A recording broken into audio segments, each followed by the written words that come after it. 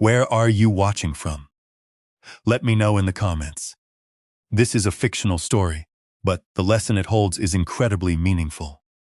There is a specific kind of danger that doesn't come with a warning label.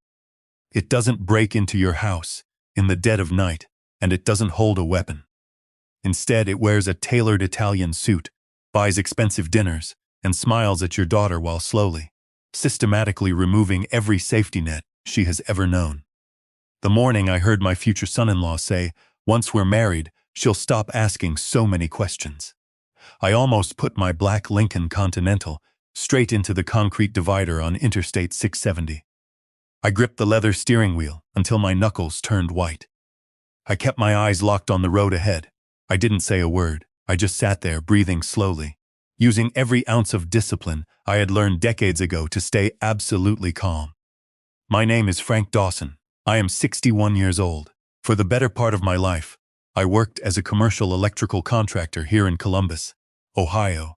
But before that, a long time ago, I spent 10 years in military intelligence, specializing in tactical communications and surveillance. When you spend a decade learning how to listen to people who don't want to be heard, you develop a certain set of instincts. You learn to read the silence.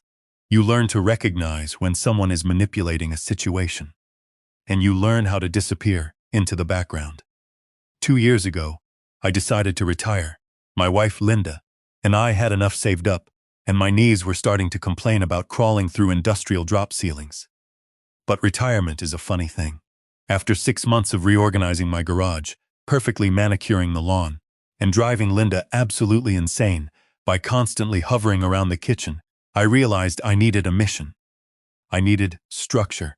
I didn't need the money, but I needed a reason to put on a watch and walk out the door every morning. That is how I ended up driving for a high-end private executive transportation firm based just outside of Dublin. It was the perfect gig. The clients were corporate lawyers, banking executives, high-level consultants, people who spent their lives on the phone and treated their driver like a piece of the upholstery. They didn't want conversation. They wanted absolute discretion and a smooth ride to the airport. The funny thing is, Ryan Mercer became one of my regular Tuesday and Thursday morning passengers before I even realized who he was. At first, he was just another empty suit, early 30s, slick-back hair, an expensive Rolex that he made sure everyone noticed, and an ego that entered the room 5 minutes before he did. He was always barking orders into his phone, always talking over people, always making sure the world knew exactly how important he was. Then, one rainy Tuesday morning, I heard him say a name that made the blood freeze in my veins. Emily, my daughter. I almost snapped my neck, looking into the rearview mirror. Over the next 5 minutes, as he casually mentioned her school counseling job and a dinner they had attended the night before, all the puzzle pieces slammed into place. The voice, the arrogant cadence, the corporate jargon. It was him, Ryan Mercer, the man my daughter was supposed to marry in exactly 5 months. The most unbelievable part of this entire situation: he had absolutely no idea who I was. He was sitting 3 feet behind me, oblivious to the fact that he was giving orders to his future father-in-law. To be completely fair, my disguise was flawless, even if it was unintentional.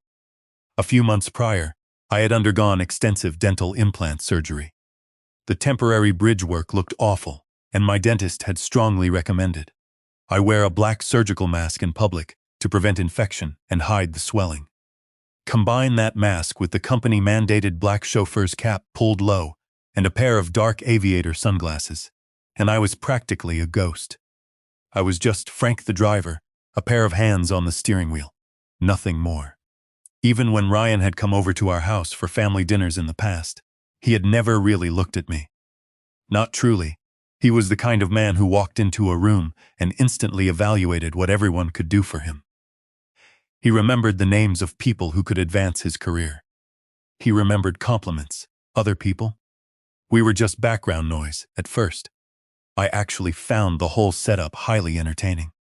Every Tuesday and Thursday morning, I would pull up to his luxury condo near Bridge Park, wait for him to slide into the leather back seat, and drive him downtown while he sat there entirely clueless.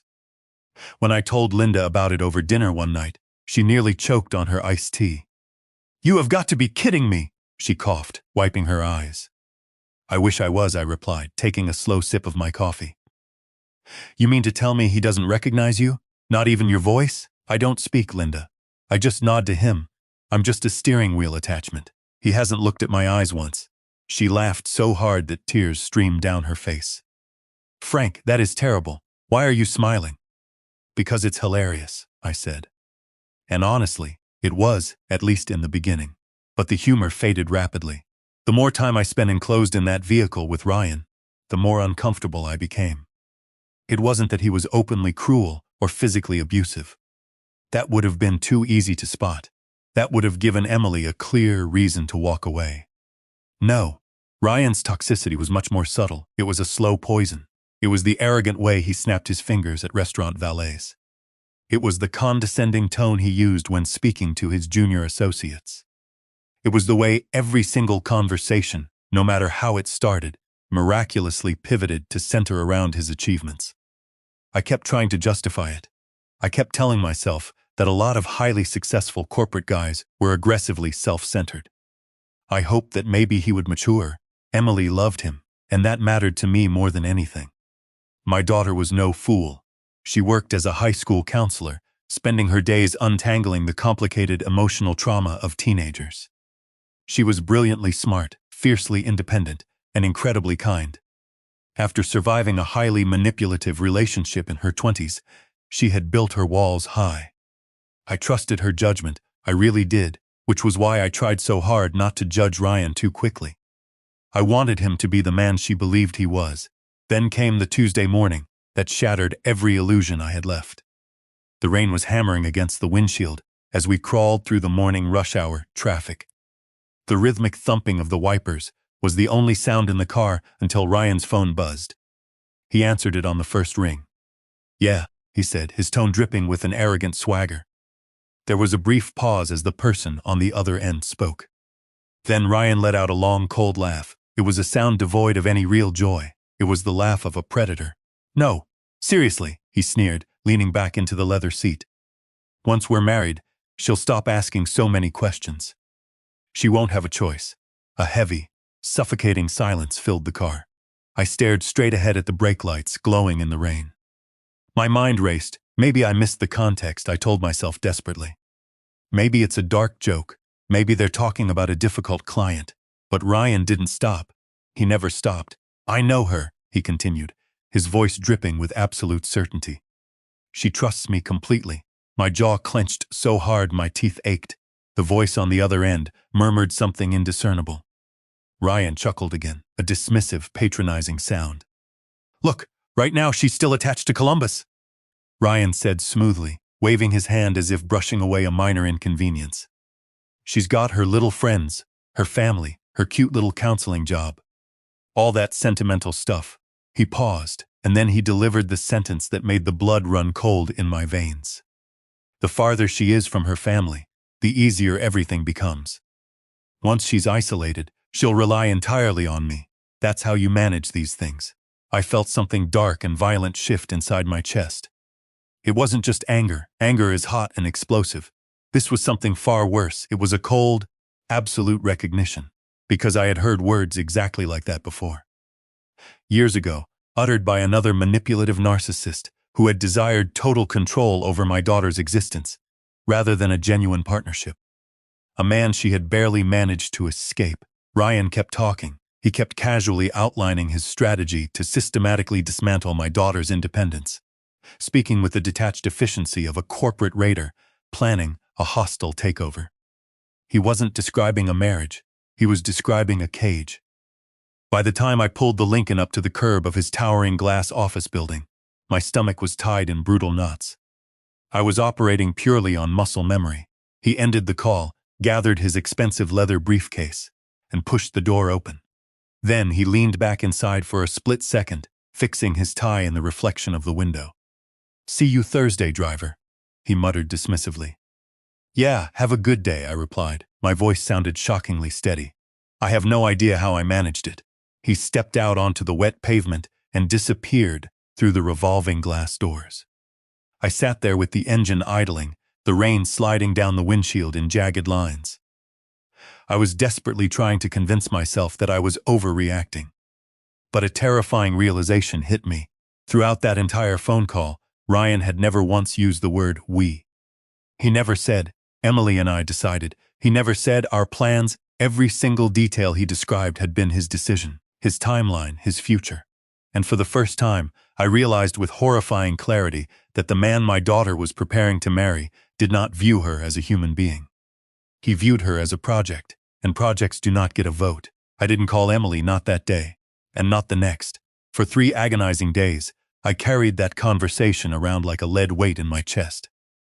Every time my phone vibrated and her name flashed on the screen, I almost spilled everything. Every time she enthusiastically texted me about floral arrangements or wedding cake flavors, my fingers hovered over the keyboard, ready to type out the ugly truth. But I stopped myself. I deleted the texts. I forced myself to breathe because I knew my daughter. After her last disastrous relationship, her defense mechanisms were ironclad.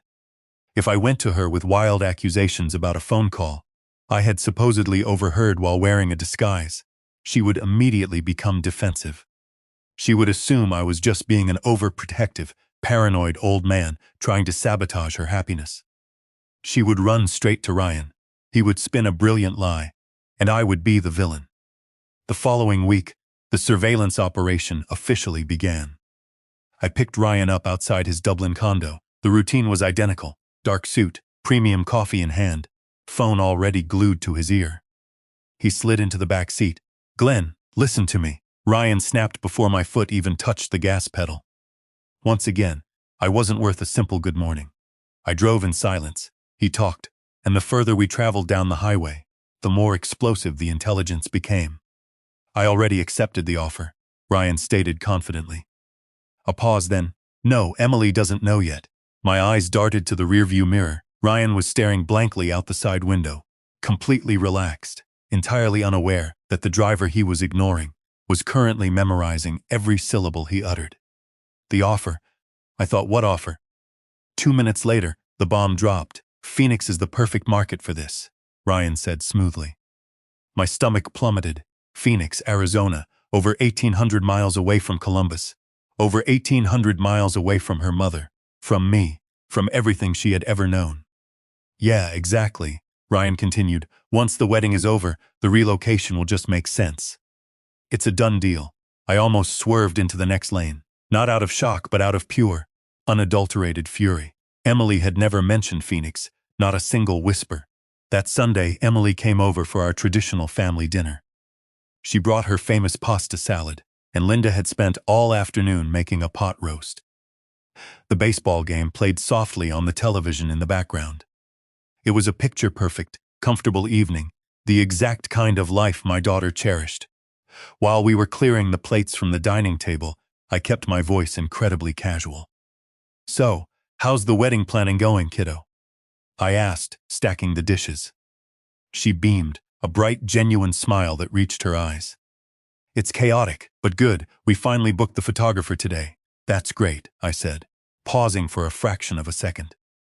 "So, what's the grand plan after the wedding? Are you guys staying in Columbus, or what?" She looked at me like I had just asked if the sky was green. She let out a light laugh. "Of course we are, Dad. What do you mean?" The innocence in her answer hit me like a physical blow to the chest. I forced my expression to remain perfectly neutral. "I don't know. Just wondering if you ever thought about moving out of state." "Exploring." She shook her head emphatically. "No way. My whole life is here. My students. You guys." Besides, she smiled warmly, "Ryan loves Ohio. He just told me last night how much he loves the community here." I nearly shattered the ceramic dinner plate in my hands. That night, sleep was impossible. I lay perfectly still in the dark, staring at the shadows dancing across the ceiling. Around 2 a.m, Linda shifted beside me. "You're still awake, aren't you?" She whispered. "Yep. Do you believe she doesn't know?" "Absolutely," I replied, my voice hard. "Then he's lying to her face," Linda said softly. We didn't say another word after that. We didn't need to.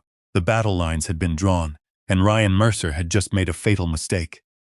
He thought he was playing a game of chess against an oblivious opponent. He had no idea he was sitting in the crosshairs of a father who was ready to unleash hell. The following week, the patterns became impossible to ignore. They weren't dramatic, movie villain moments. They were small, insidious slips of the tongue, the kind most people would easily brush off if they weren't paying close attention. Ryan constantly referred to massive life decisions as if the ink was already dry. On his morning phone calls, he would casually say things like, "We're buying the property, we're moving next spring, or we're doing this." Never once did I hear him say, "We've discussed it," or "Emily and I have decided." One particularly brutal Tuesday morning, he spent nearly 20 minutes on speakerphone with a high-end real estate agent. And he wasn't looking at colonial homes in Ohio. He was actively discussing the housing market in Arizona. He asked about specific school districts, property tax rates, and commute times to downtown Phoenix. The whole package. Yet, every single time Emily visited our house, she talked about her future as if she expected to stay exactly where she was. She was looking at curtain fabrics for her apartment. She was planning to apply for a senior counseling position at her school. There were two completely different realities running parallel to one another. And only one of them knew the truth. She was right. I needed a paper trail. A few days later, I got the first real piece. Ryan climbed into the back seat looking intensely irritated. He wasn't angry. He was frustrated. He had the distinct look of a man whose brilliant plans weren't moving quickly enough to satisfy his ego. He immediately dialed his attorney, speakerphone, again. The man genuinely possessed the privacy instincts of a golden retriever. "Did you finish drafting it?" Ryan demanded a pause, then he nodded sharply. "Good, more silence then." Ryan let out a cold, sharp laugh. "I don't care if she reads every single page. She won't understand half the legal jargon anyway. The prenup is written exactly how I wanted it." I felt every muscle in my back knot into cold steel. A prenup. Emily had never mentioned a prenuptial agreement, not once. Maybe she already knew about it and just didn't want to tell us. But given how open she was with Linda, I seriously doubted it. I held my breath and kept listening. "The whole point is protecting future assets," Ryan stated firmly. A pause exactly, another pause. Then came the sentence that permanently sealed his fate in my eyes. "If things don't work out down the road, I won't be walking away with nothing." She gets what she came with, which isn't much. When he finally ended the call, my palms were sweating against the steering wheel. I drove another 10 minutes before dropping him off at his building. The absolute second he stepped out of the vehicle, I pulled the Lincoln into an empty gas station parking lot. I threw the car into park and just sat there, staring blankly through the windshield, gasping for air. Hidden job offers, secret relocation plans, a vicious prenup designed to leave my daughter with nothing. Maybe none of it was technically illegal. Maybe none of it could get him arrested. But every single piece pointed to the exact same horrifying conclusion. Ryan wasn't building a future with my daughter. He was building a future around her. And for the first time, I began to wonder whether the wedding itself was nothing more than a strategic acquisition in his grand corporate life plan. For about a week after hearing the prenup conversation, I did something I hadn't done since my military days. I started doubting my own instincts.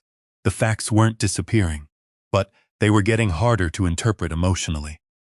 If Ryan had been openly cheating on Emily with another woman, things would have been incredibly simple. I would have handed her the evidence, and she would have walked away. If he had been stealing her money or lying about his identity, that would have been simple, too. But this was murkier. It was a psychological minefield because on the surface, to the outside world, Ryan Mercer looked like a responsible, successful man planning for his family's future. The catastrophic problem was that the future belonged to him alone. A few days later, Ryan practically handed me the motive. He spent 40 minutes on the phone discussing investment structures, joint assets, and tax advantages with a financial advisor.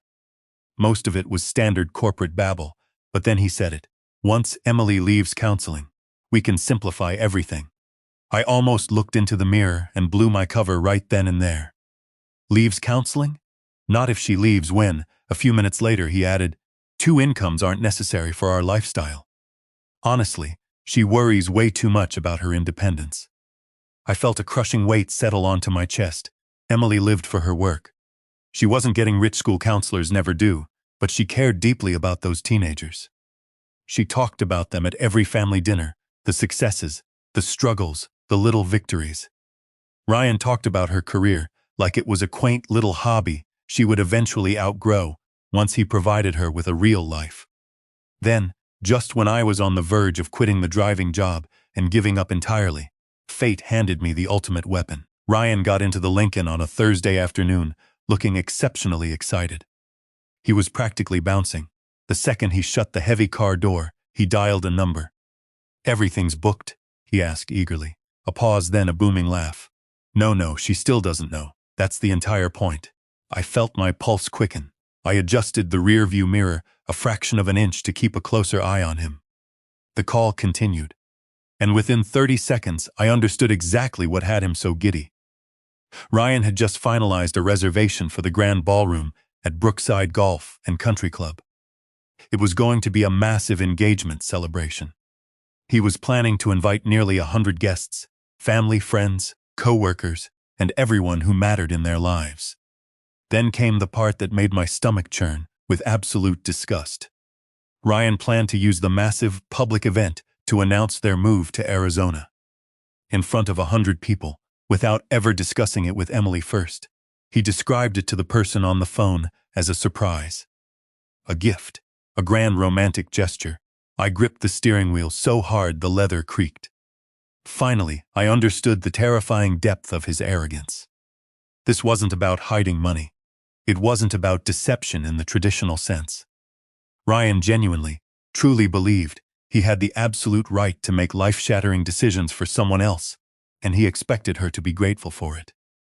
He was going to ambush her in front of a crowd so large and so supportive that she wouldn't dare object. He was going to socially corner her into compliance. If I was going to stop this wedding, I needed more than just a bad feeling. I needed ironclad proof that Emily couldn't ignore. As Ryan stepped out of the car that afternoon, he smiled. It was the smile of a man completely confident, entirely certain of his victory, and completely unaware that his perfect plan had just handed me the exact opportunity I had been aggressively searching for. For the first time since this nightmare began, I had something concrete. A verifiable pattern. A pattern of making massive decisions for Emily without ever treating her like an equal partner. The only challenge left was figuring out how to deploy it.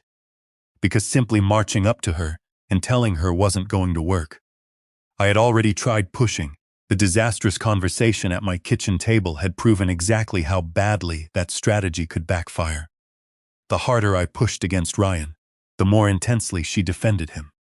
And honestly, looking back, I couldn't blame her. If someone had constantly criticized Linda before we got married, my stubborn pride would have made me do the exact same thing. People despise being told they are wrong about someone they love. They have to discover the truth on their own. The next few weeks became an exhausting balancing act. Every morning I drove Ryan downtown, acting like a piece of the upholstery. Every evening I debated whether I was doing the right thing. Some days I felt entirely justified, like a protector shielding his family. Other days I felt like a creepy, sneaky old man spying on his daughter's fiancé. I hated that feeling. Then Ryan would inevitably climb into the back seat and remind me exactly why I couldn't stop. One Tuesday morning, he spent 20 minutes talking about Emily's future with a colleague. "She'll thank me eventually," he declared confidently. I remembered that sentence vividly. Because people who say things like that are usually ignoring every warning sign right in front of them. A few minutes later, he added, "Honestly, she just worries too much about being independent. It's a phase."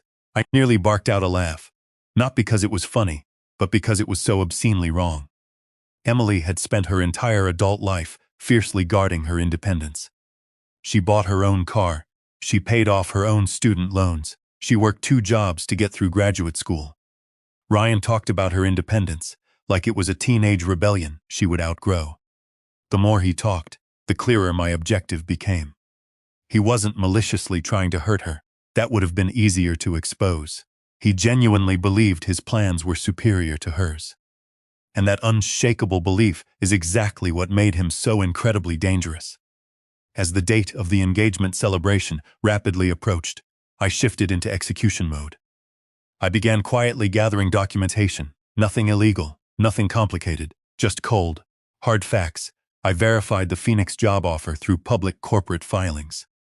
I confirmed the ballroom reservation dates. I tracked timelines, compared dates, and printed out collected emails Emily had enthusiastically shown us over the past few months. By themselves, none of those pieces of paper meant much.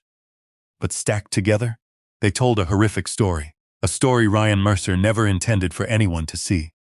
Meanwhile, the distance between Emily and me remained. We weren't completely estranged, but the warmth was gone. Every conversation felt like we were walking across thin, cracking ice. We were careful, we were polite, it hurt far more than I expected.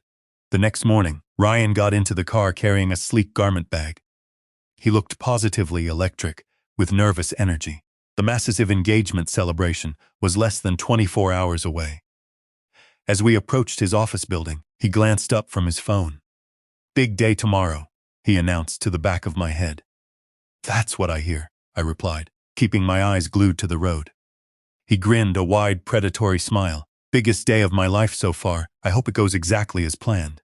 "Oh, it will." The confidence in his voice was absolute. Then he let out a sharp laugh. "You know, my fiancé has absolutely no idea what's coming." My grip tightened on the wheel. "No, I imagine she doesn't." When we finally reached the curb, Ryan opened the heavy door, then paused. For some inexplicable reason, he looked directly at me. He really looked. Maybe for the first time in 6 months. It wasn't enough for him to recognize me through the mask and sunglasses, but it was just enough to acknowledge that I was another living, breathing human being. "Thanks, Frank," he said. The sound of my own name coming from his mouth felt dirty. I nodded stiffly. "You're welcome."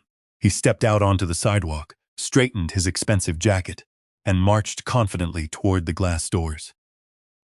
Tomorrow he planned to unveil his perfectly constructed, non-negotiable future. Tomorrow, I planned to let Emily see exactly who had engineered the cage she was about to step into. The engagement celebration was held on a stunning Saturday evening at Brookside Golf and Country Club. It was a warm June night with crystal-clear skies and a gentle breeze. The kind of perfect evening that people remember for all the right reasons.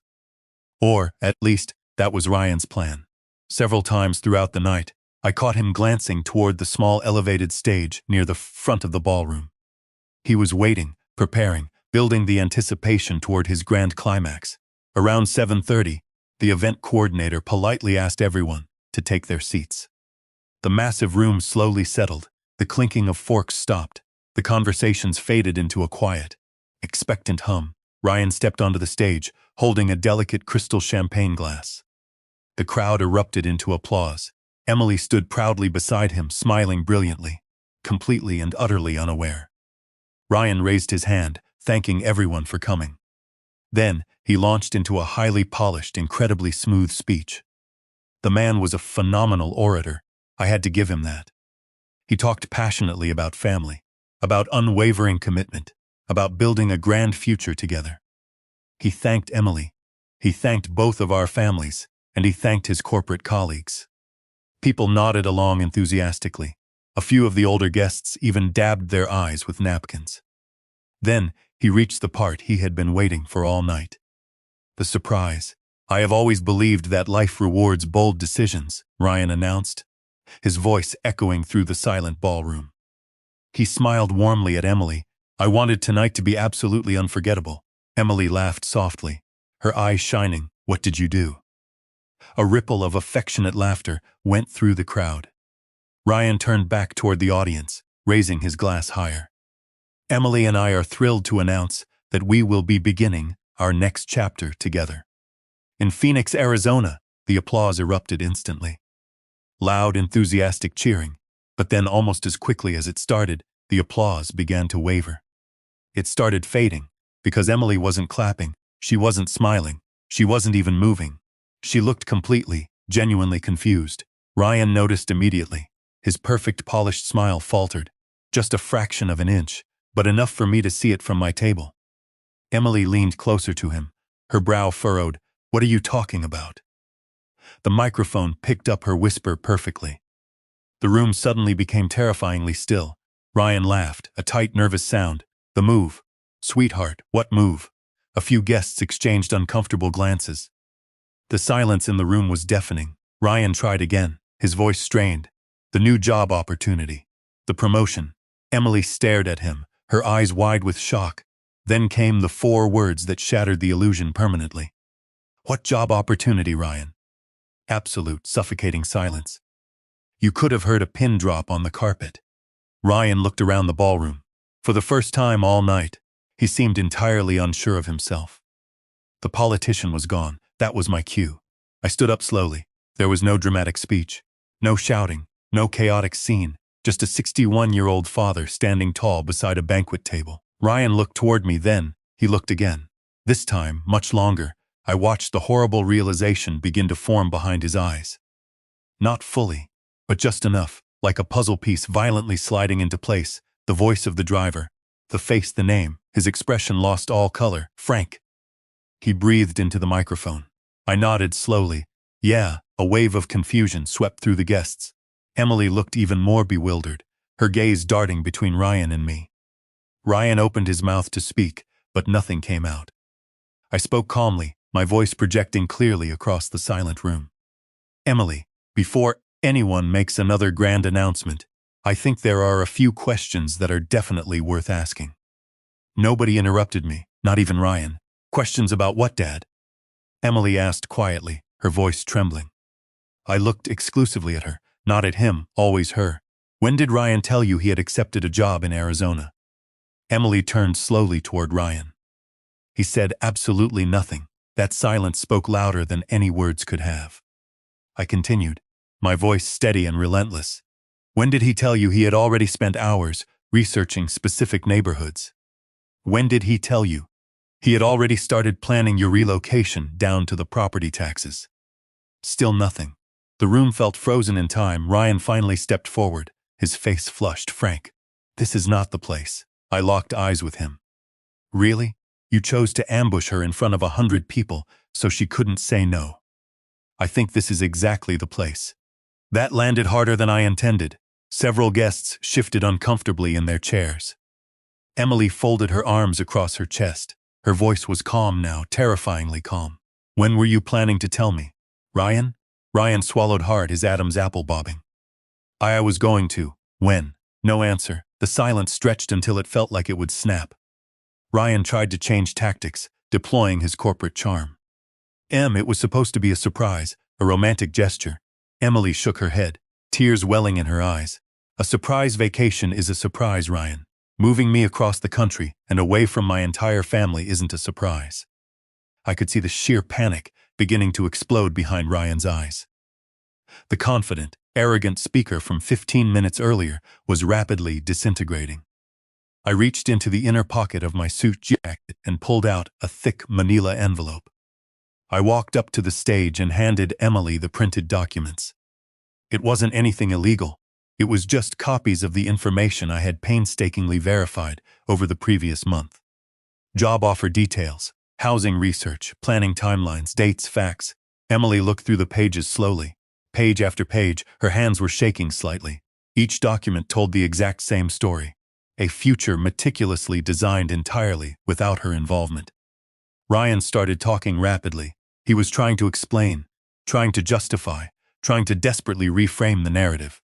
But the more he spoke, the worse he made it, because every single explanation he offered revealed the exact same underlying truth. He had never asked her. He had never discussed it with her. He had simply decided for her. Finally, Emily looked up from the papers. There were tears streaming down her cheeks, but they weren't tears of heartbreak. It was clarity, the agonizing, painful clarity of someone finally waking up from a long dream. You kept calling it our future, she whispered, her voice cracking. Ryan opened his mouth, reaching for her hand. She stepped back, out of his reach. But every single decision belonged to you. Nobody in the ballroom moved. Nobody dared to breathe. Then, Emily reached down and slowly, carefully slipped the massive diamond engagement ring from her left finger. She reached out and placed it gently into Ryan's trembling hand. I loved you, Ryan, she said quietly. I know you did. Ryan answered for the first time all evening. His voice broke. He sounded genuinely devastated, and maybe he was. Emily nodded slowly, wiping a tear from her cheek. I believe that you did, but you never respected me. And I can't marry a man who treats me like a project.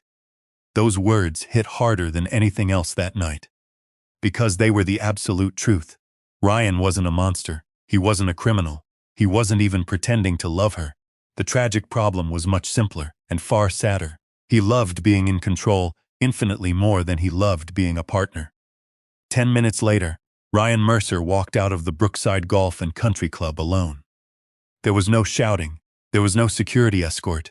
There was no explosive dramatic ending.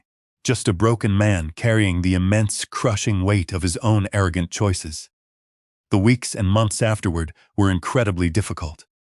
Emily was deeply hurt, embarrassed, and incredibly angry. Some of that anger naturally landed on me, and if I am being perfectly honest, it was fair. Healing takes time, rebuilding trust takes even longer, but slowly, day by day, things improved. 6 months later, she enrolled in a highly competitive graduate certification program she had been considering for years. She bought a small, beautiful townhouse just outside of Columbus. It wasn't a mansion, but it was entirely hers, and for the first time in a very long time, I saw genuine excitement in her eyes when she talked about the future. One Sunday afternoon, she came over for dinner just like old times. As we were standing side by side in the kitchen washing dishes, she looked over at me and bumped her shoulder against mine. You know, Dad, she said softly. What's that, kiddo? You were incredibly annoying during that whole thing. I laughed out loud. Only annoying? Extremely, infuriatingly annoying, she corrected with a small smile. That's fair, I conceded. She dried her hands on a towel, then looked up at me, her eyes shining. But, thank you, and that was enough. It was more than enough. Looking back on the entire ordeal, I have realized something profound. For most of my adult life, I truly believed that protecting my daughter meant solving all of her problems for her. It doesn't. Sometimes, true protection means having the courage to show someone the ugly, unvarnished truth, and trusting them enough to decide what comes next. Don't let the illusion of a perfect life trap you in a cage built by someone else. Thank you for listening to my story.